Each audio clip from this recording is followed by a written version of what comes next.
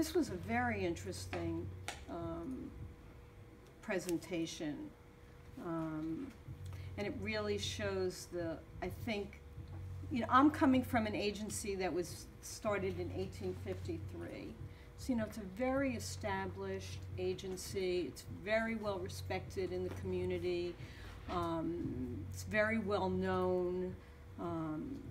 They have many programs that have been proven and, really have changed the way schools have operated over the years, and have foster care. And that's important too, but we're like different, difference makers in a more established way.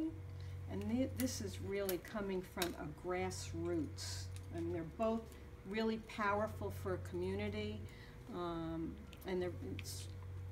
And ultimately our goals are the same, is to really make our communities and our young people healthier and safer and successful. So even though it's going to sound, very different in some ways, it's really, in some ways, our hopes and dreams for everybody are the same. So Children's Aid has been around since 1853. Goodhue Center, which is located in New Brighton, has been around since 1912, so over 100 years. And Children's Aid works, their main offices are in Manhattan, and we work in Harlem, Washington Heights, the Bronx, and the North Shore of Staten Island. Those are the areas that we've designated as in need, that our services are in need.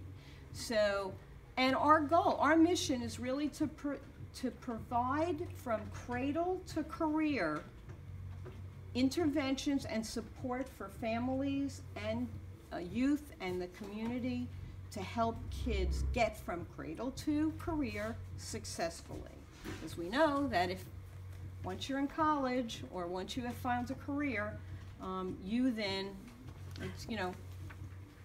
our society will be much better. Okay? So now Goodhue, which I am the director, runs an after-school program for kids, ranging it from kindergarten through 5th grade. We pick kids up from the local schools in New Brighton and West Brighton. We have a teen program, which meets 2 evenings a week. It's mostly a basketball program, but it's for local teens. You're welcome to come. We have a very large summer day camp, which serves kids from all over Staten Island. Our goals for those kids are really to continue to develop friendships. We work with groups of kids. We try to help with their social emotional learning. Are you working, do you know that phrase in school? They talk about that? Where you really are learning values and learning how to express yourself and to interact and be respectful and kind and know how to do those things. That's what we do. We also enhance kids' education. We're not teachers. I'm a social worker.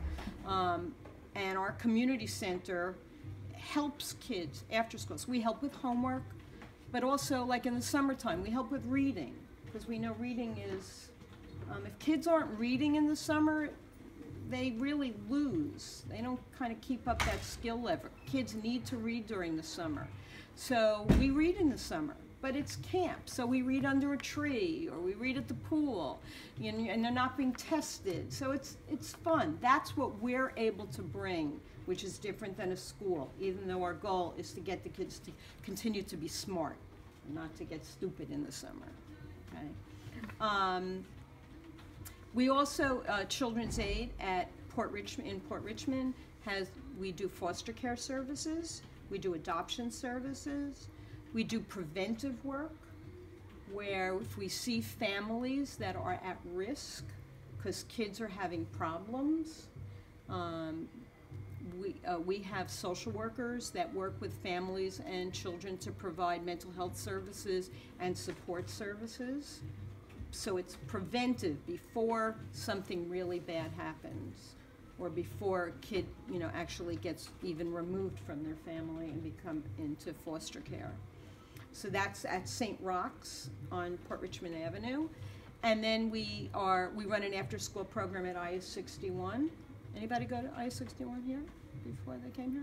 Oh, we have one right here. Yeah. Were you ever in the after-school program? Yeah. With Mr. Forrest? Yeah. Okay. And our after-school program really is an enhancing program. You know, we highlight all the wonderful activities at IS 61 and try to help kids, you know, even get better at that and have fun and feel comfortable in their school and be with their friends. And then we're at Curtis High School, so I don't know. I hope you get along with Curtis. I know you're going to be taking pictures of each other and sending it. So, It's just Curtis, Cottonville that we don't get along with. but Curtis, we run their health clinic and their mental health clinic and their after-school programs. So they're a community school now, and we're the community agency that's involved in that. Okay, so that's what we're about. Now, one of the goals for Children's Aid Society that they have set, the whole Children's Aid has set, is that kids' attendance gets better. Now, this isn't as thrilling, and I mean, not that shooting, the violence is, I don't want to say, that's so more, it seems so more critical, you know, you've got to do something about that, and which is true.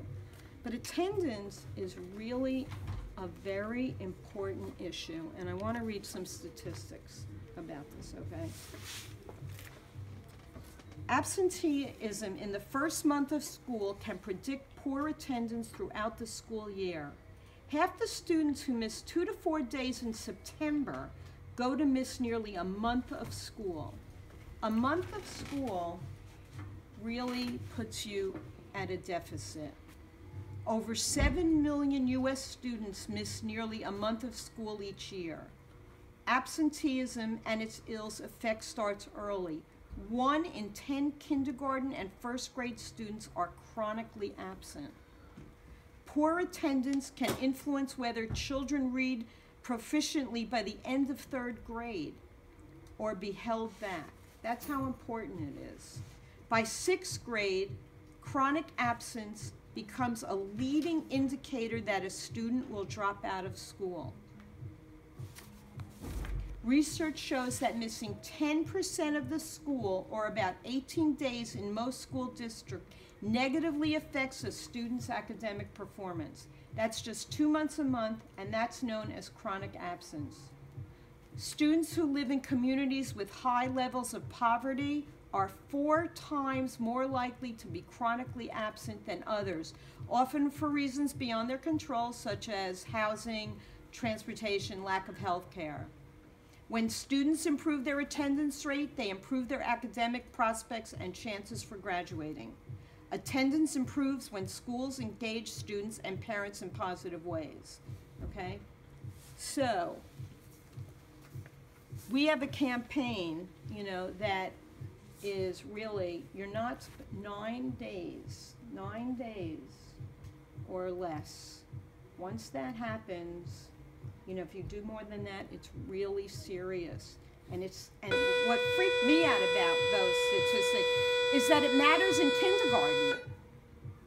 That is an indicator already that someone is not going to do well when they get to 6th grade.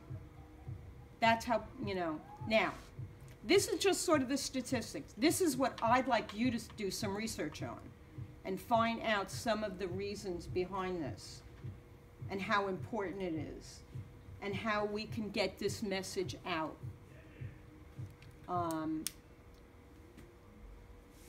We think that it's a community issue.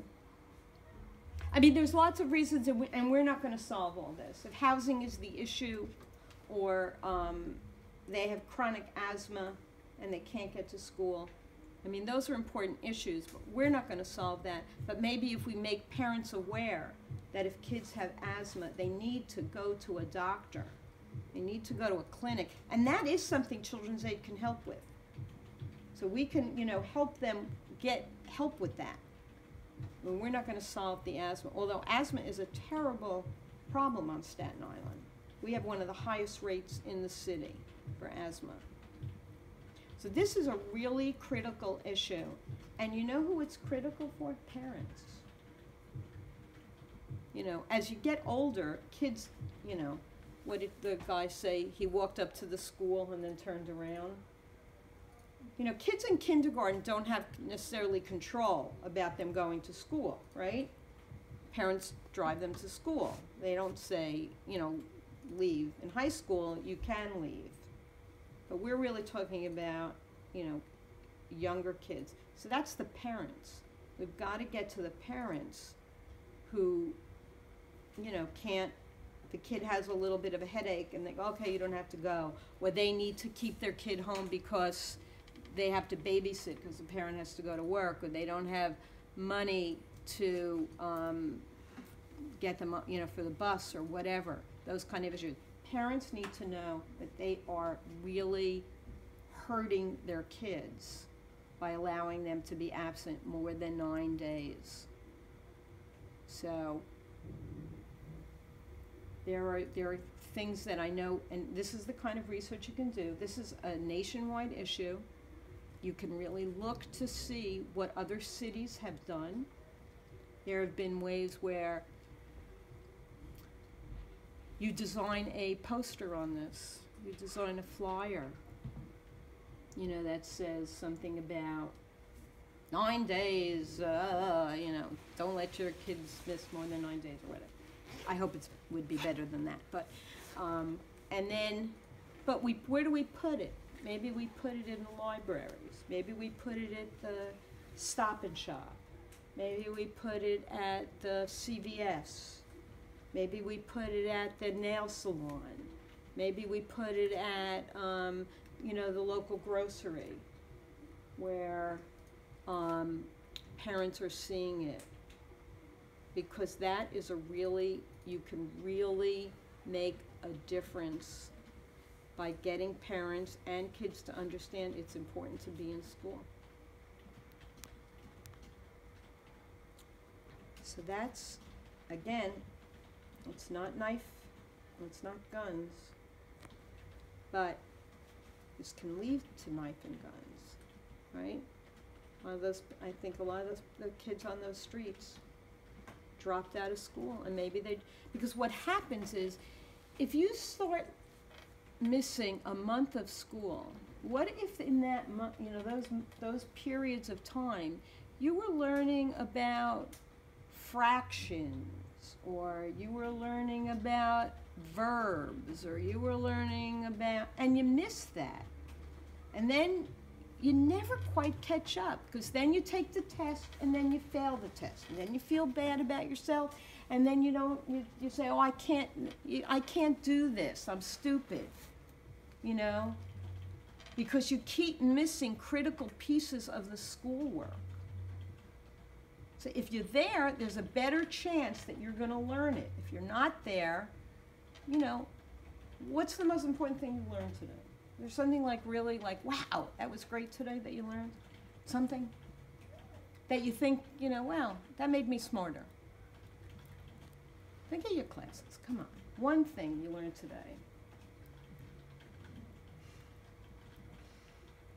I learned about different countries in Spanish. In where? In Spanish. In Spanish? Yeah. Okay. So, you know, maybe that particular thing will be on a test somewhere, or, you know, and if you didn't do it, you know, it can spiral, you know, out of whack. And thank you for sharing that. So, this is a Children's Aid, you know, initiative. We would love to have you involved in this, because it is, we're struggling with it. You know, we're struggling. At every school struggles with this. I don't know, do you know what Susan Wagner's attendance rate is? It's pretty good. It is? But there are definitely kids that, you know, have attendance issues for sure. I don't know off the top of my head though, but I think that we're fairly decent. And the percentage is slightly, if there's an excused absence, it doesn't get counted in your overall percentage. I believe that's true. So, It does get counted, but they like make sure that it does like it's lower. So okay, but it's still, so you could have 20 excused absences, but you've still missed 20 days of school. So the effect is the same, it's just, it's also then not indicated in the percentages, so, and I think your school, it does, pretty well. But some of the schools, and again, in poorer schools, it's worse. So parents need to be, learn that, and also kids need to feel comfortable about going to school and say, no, I need to go to, I want to go to school, I want to go to school. Any questions? I have just a quick little flyer about